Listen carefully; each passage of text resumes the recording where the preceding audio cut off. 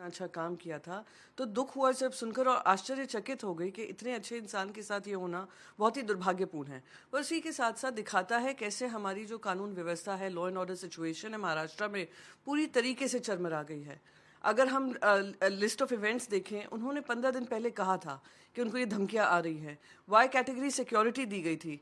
फिर उसके बावजूद भी इतना बड़ा इंटेलिजेंस फेलियर होना, बांद्रा जैसे शहर एरिया में उनका दिन दहाड़ी मौत हो जाना, मैं मानती हूँ कि ये उनकी लॉ एंड ऑर्डर व्यवस्था पे एक बड़ा ही प्रश्न चिन्ह उठाता है। आप महिलाओं पे अत्याचार देख लीजिए, आप बढ़ती हुई कानून व्यवस्था को देख लीजिए। आप कहते हैं कि हमने अक्षय शिंदे को ठोक दिया तो अब लॉ एंड ऑर्डर व्यवस्था ठीक हो गई। क्या हुआ? आप ही के अलायंस पार्टनर के एक इम्पोर्टेंट लीडर थे और बीचों बीच उनकी मौत हो जाना बहुत ही दुर्भाग्यपूर्ण है। और मैं याद दिलाना चाहूँगी, सलमान खान के घर के बाहर भी इस तरीके की फायरिंग हुई थी। और अब कोई कह रहा है लॉरेंस बिश्नोई गैंग, ये गैंग, वो गैंग की बातचीत चल रही है। तो क्या हो गया हमारे स्टेट इंटेलिजेंस को?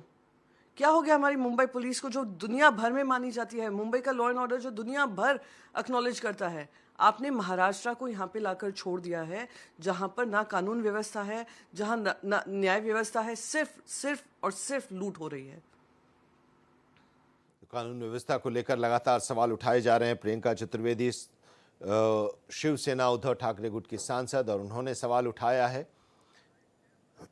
अभिषेक पांडे हमारे संवाददाता इस वक्त हमारे साथ जुड़े हुए हैं, लगातार अपडेट दे रहे हैं। जो भी घटनाक्रम में अपडेट हो रहा है वो हमारे दर्शकों से वो साझा कर रहे हैं। अभी तक जो पूछताछ हुई है उसमें कई बातें सामने आई हैं। एक तो कि रेकी 25 से 30 दिनों तक कर रहे थे, और अब ये भी सामने आया है कि वो सितंबर महीने से ही कुर्ला में रह रहे थे, किराए में रह रहे थे। 3 लाख पर की सुपारी दी गई थी। अभी तक 3 हमलावर के बारे में बात हो रही थी, अब आया है कि 4 हमलावर थे। देखिए आनंद, इस पूरे मामले में अब तक जो इन्वेस्टिगेशन में पता चल पाया है, जो सूत्र बता रहे हैं उसमें 50-50 हजार रुपए पेमेंट किए गए थे, और डिलीवरी बॉय के जरिए वो पिस्टल जो 9.9 की पिस्टल थी, उसको डिलीवरी बॉय के जरिए वहां तक सप्लाई किया गया था। और वो लोग काफी समय से, सितंबर महीने से वो कुर्ला में रह रहे थे। उसके बाद उन्होंने पूरे इलाके की रेकी की, काफी समय से उनके आसपास थे। और मुख्य सूत्रधार जो फरार है वो बताया जा रहा है, जो पकड़े गए आरोपी हैं वो बता रहे हैं कि मुख्य सूत्रधार इस पूरे ऑपरेशन का जो मेन था वो फरार है। और उसके लिए 3 टीमें क्राइम ब्रांच की निकल चुकी हैं। एक भोपाल निकली है, दूसरी दिल्ली निकली है, तीसरा हरियाणा की तरफ निकली है। तो 3 टीमें अलग अलग जगहों पर रवाना हो चुकी हैं उसको अरेस्टिंग के लिए, क्योंकि जैसे जैसे इनपुट्स मिल रहे हैं उसके बाद वैसे वैसे क्राइम ब्रांच की टीमें पहुंच रही हैं। इस मामले में पुलिस ने एफआईआर रजिस्टर कर ली है और कई संगीन धाराओं में एफआईआर रजिस्टर की है उनके खिलाफ, और अब पुलिस की जांच शुरू है। लेकिन इसमें जो प्रमुख तौर पर वो था कि 14,000 रुपये का कमरा था जहां ये रह रहे थे। वो कमरे का भाड़ा कौन दे रहा था? दूसरा, 4 लोगों ने ये पूरा ऑपरेशन को अंजाम दिया है। 3 वहां स्पॉट पे थे। जो एक मुख्य आरोपी था वो भाग गया, जबकि एक और भागा हुआ आरोपी है। एक महत्वपूर्ण जानकारी जो आ रही है कि पंजाब की जेल में बंद रहने के दौरान इन तीनों शार्प शूटर हैं वो एक दूसरे के संपर्क में आए थे।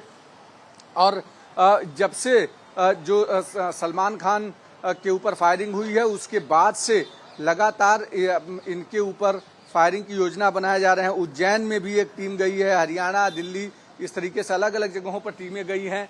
ये देखिए एक के बाद एक लोग यहाँ से निकल रहे हैं। जो मिलके अभी विजय वडेट्टीवार नेता प्रतिपक्ष वो पहुंचे हुए हैं कूपर अस्पताल में अंदर। अभी उन्होंने कानून व्यवस्था पर सवाल खड़ा करते हुए कहा कि अब महाराष्ट्र में कानून व्यवस्था खत्म हो चुकी है, फेल हो चुकी है, और अब महाराष्ट्र के सभी लोगों को एक बुलेट प्रूफ जैकेट दे देना चाहिए ताकि वो खुद की सुरक्षा खुद करें, क्योंकि पुलिस और सरकार अब उनकी सुरक्षा नहीं कर पा रही है। इस तरीके के सवाल खड़े हो रहे हैं। प्रफुल्ल पटेल भी अभी पहुंचे हुए हैं यहाँ पर अंदर। आप तस्वीरें देखिए, ये अंदर का वो नज़ारा है जहाँ पर कि अभी फिलहाल पोस्टमार्टम चल रहा है। प्रफुल्ल पटेल वहाँ पर मौजूद हैं, विजय वडेट्टीवार मौजूद हैं, और सभी लोग अब पहुंचे हुए हैं। परिवार के सभी लोग पहले से मौजूद हैं, लेकिन उसके पीछे जो मास्टरमाइंड है वो अभी फरार बताया जा रहा है। उज्जैन से लेके हरियाणा से लेके दिल्ली तक अलग अलग जगहों पर टीमें पहुंची हुई हैं और आरोपियों को गिरफ्तार करने के लिए पूरी मुंबई पुलिस ने तैयारी की है। लेकिन अभी जो फरार आरोपी हैं उनको पकड़ने के लिए कई टीमें अलग अलग जगहों पर गठित की गई है। दिल्ली पुलिस से भी मुंबई पुलिस ने संपर्क साधा है कि जल्दी से जल्दी वहां पर उसको गिरफ्तार किया जा सके, इसके लिए पूरी कोशिश की जा रही है। साथ ही साथ इसमें आर्म्स एक्ट के तहत मुंबई पुलिस एक्ट के तहत और आईपीसी और सीआरपीसी के तहत अलग अलग धाराओं में इसमें एफआईआर रजिस्टर की गई है। जो गुरमेल बलबीत सिंह 23 साल का है, वो हरियाणा का निवासी है, जबकि धर्मराज कश्यप वो 19 साल का है और उत्तर प्रदेश का निवासी है। इस पूरे मामले में क्राइम ब्रांच मुंबई पुलिस की क्राइम ब्रांच ये पूरा इन्वेस्टिगेशन कर रही है। मुंबई पुलिस उसको सपोर्ट कर रही है। अभी एडिशनल सीपी जो वेस्ट रीजन है वो यहाँ पहुंचे हुए हैं और उसके साथ साथ यहाँ नेता प्रतिपक्ष विजय वडेट्टीवार और प्रफुल्ल पटेल पहुंचे हुए हैं। देर रात में करीब 2:30 बजे के आसपास मुख्यमंत्री खुद आए थे, परिवार वालों से मिलने के लिए अस्पताल भी गए थे और करीब 10 साढ़े 10 बजे के आसपास गृह मंत्री और उप मुख्यमंत्री देवेंद्र फडणवीस अस्पताल पहुंचे थे। उसके बाद सेलिब्रिटीज भी कई सारे पहुंचे जो इनसे संपर्क में आए, इनके जानने में थे, चाहे वो सलमान खान हो या संजय दत्त हो या दूसरे जो सितारे हैं, वो सब उनके परिवार वालों से मिलने पहुंचे। लेकिन सुबह जैसे हमने बताया कि महज 50 मीटर की दूरी थी, गाड़ी जहां खड़ी थी और जहां उसका ऑफिस है, इसके बीच डिस्टेंस करीब 50 मीटर की थी और 50 मीटर चूंकि भीड़ थी और उस समय जो दुर्गा का विसर्जन चल रहा था और ऐसे में वहां पटाखे फूट रहे थे। बस इसी का जो सहारा लिया आरोपियों ने और उसी